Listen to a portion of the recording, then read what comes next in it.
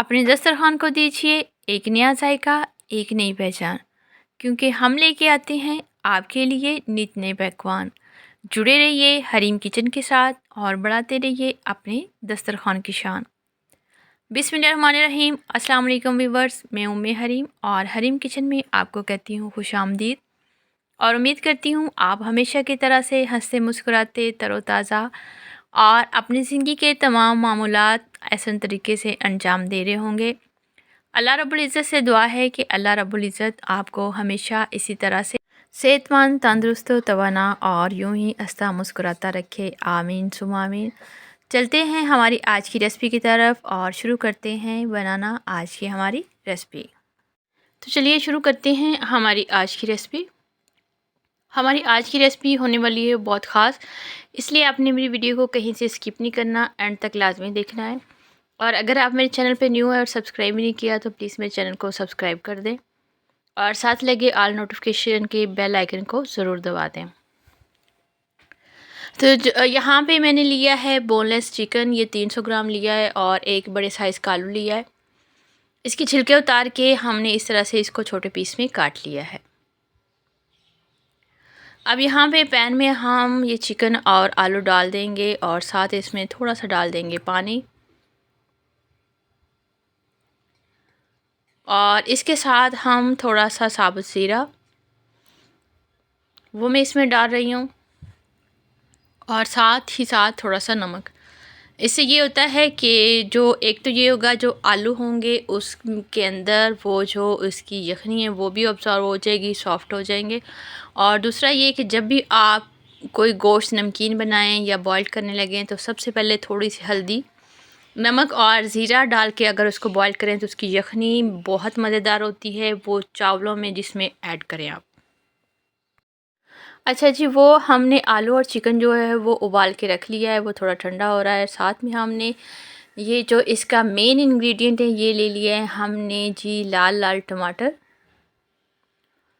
टमाटर आपने फ्रेश बिल्कुल लेने हैं और जो थोड़े से सॉफ्ट, अंदर से सॉफ्ट हो अंदर और बाहर से हार्ड हो।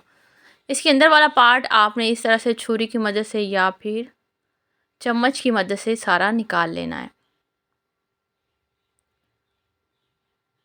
ये देखें,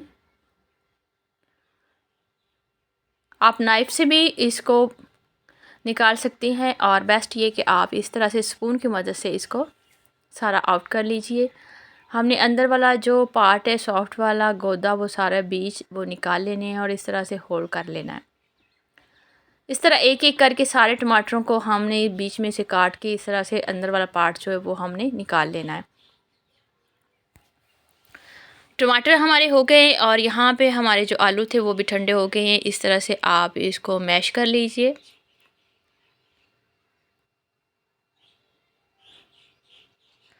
ये इतने सॉफ्ट होते हैं कि आप इजी इसको फॉक से भी मैश कर सकती हैं अगर आपके पास मैशर नहीं है तो।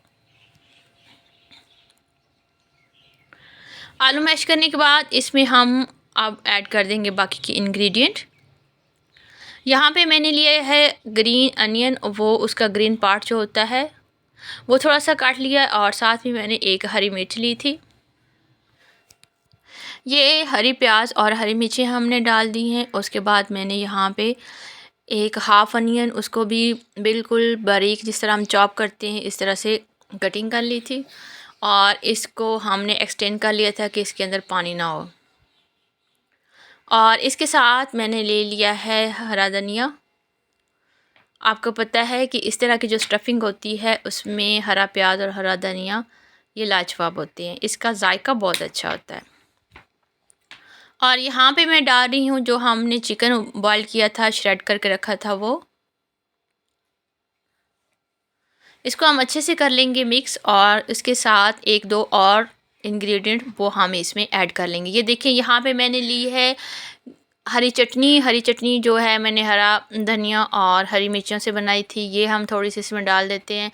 और हाफ़ टी स्पून से भी कम ब्लैक पेपर पाउडर वो मैंने इसमें ऐड कर दिया है।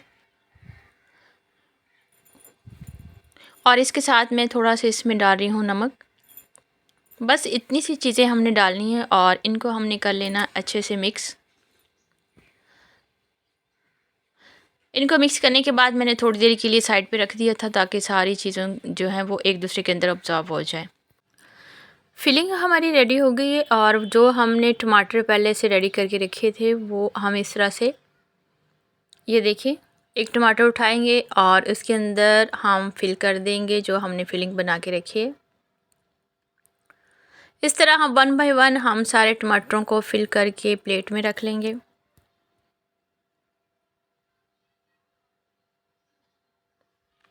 अकेला है ना बेचारा, तो डर रहा है कि पता नहीं मेरे साथ क्या होने वाला है। ये देखें जी, सारे हमने अपने टमाटर जो हैं वो फिल करके रख लिए हैं, बस एक बचा है, उसको भी मैं बेचारे को फिल कर लेती हूँ।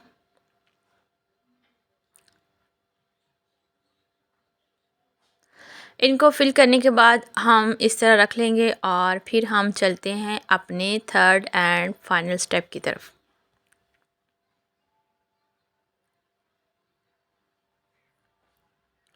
यहाँ पे ले लिया है मैंने मैदा। मैदा मैंने लिया है हाफ प्याली। इसमें डालेंगे हम एक दो चीज़ें, जिसमें मैंने लिया है थोड़ा सा साबुत ज़ीरा, थोड़ी सी कुटी हुई लाल मिर्च और साथ में लिया है मैंने नमक। अब थोड़ा थोड़ा पानी डाल के हम इसका थोड़ा, बहुत जो है हमने पतला सा नहीं, थोड़ा बल्कि थिक सा जो है वो बैटर तैयार कर लेना है।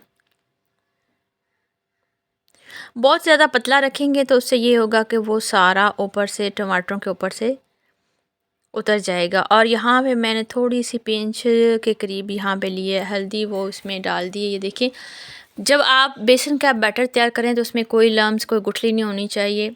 और लास्ट में मैं इसमें 1 पिंच के करीब बेकिंग पाउडर, जिसे खाने वाला सोडा भी बोलते हैं, यहाँ पे ले लिया है मैंने पैन। घी आपको थोड़ा सा लग रहा होगा डार्क कलर का, इसमें मैंने पहले भी चिकन फ्राई किया था, इसलिए घी हमारा गर्म हो गया है। जब आप घी रखें तो आपने मीडियम फ्लेम रखी है। घी गर्म हो जाए तो फिर आपने फ्लेम जो है वो लो कर देनी है, क्योंकि बहुत हाई हीट से जो होता है, एकदम आप कोई भी चीज़ जब फ्राई करने लगते हैं तो वो ऊपर से ऐसे जल के ब्लैक सी हो जाती है। इस तरह से हम इस बैटर में इसको डिप कर लेंगे और 1 बाय 1 हम आराम से इस घी के अंदर इसको रखते जाएंगे। ये देखें, आराम से आपने इस तरह से रखते जाना है। और एक बात और कि आपने जब इस घी के अंदर रखना है तो फ़ौरन से इसको अलट पलट शुरू नहीं कर देना। हमारा टोमेटो बड़ा बन के तैयार हो गया है। इसको मैंने बड़े आराम से बनाया है और बिल्कुल लो फ्लेम पे मैंने इसको फ्राई किया है। बिस्मिल्लाहिर्रहमानिर्रहीम। यहाँ पे हमारे पोटैटो बड़े तैयार हो गए हैं। ये मैं देखें आपको बहुत करीब से दिखा देती हूँ। आप देख रहे हैं ऊपर से ये कितने क्रिस्पी हैं, अंदर से ये इतने ही सॉफ्ट और जूसी हैं, मुंह में ऐसे घुल जाते हैं। इस रेसिपी को आप घर में एक बार ज़रूर ट्राई कीजिएगा और दुआओं में याद रखिएगा। अपने और अपने प्यारों का ख्याल रखिए। दुआओं में याद रखिएगा। जहाँ रहें खुश रहें, आबाद रहें। गम बांटने से हमेशा कम होते हैं, खुशियाँ बांटने से बढ़ती हैं। इसलिए कोशिश कीजिए कि दूसरों में खुशियाँ बांटते रहें। दूसरों के चेहरों पे मुस्कुराहटें बिखेरने का सबब बनते रहिए। अल्लाह आपको आसानियाँ दे और आसानियाँ बांटने की तौफीक दे। मिलते हैं फिर एक नई रेसिपी के साथ, तब तक के लिए अल्लाह हाफिज़।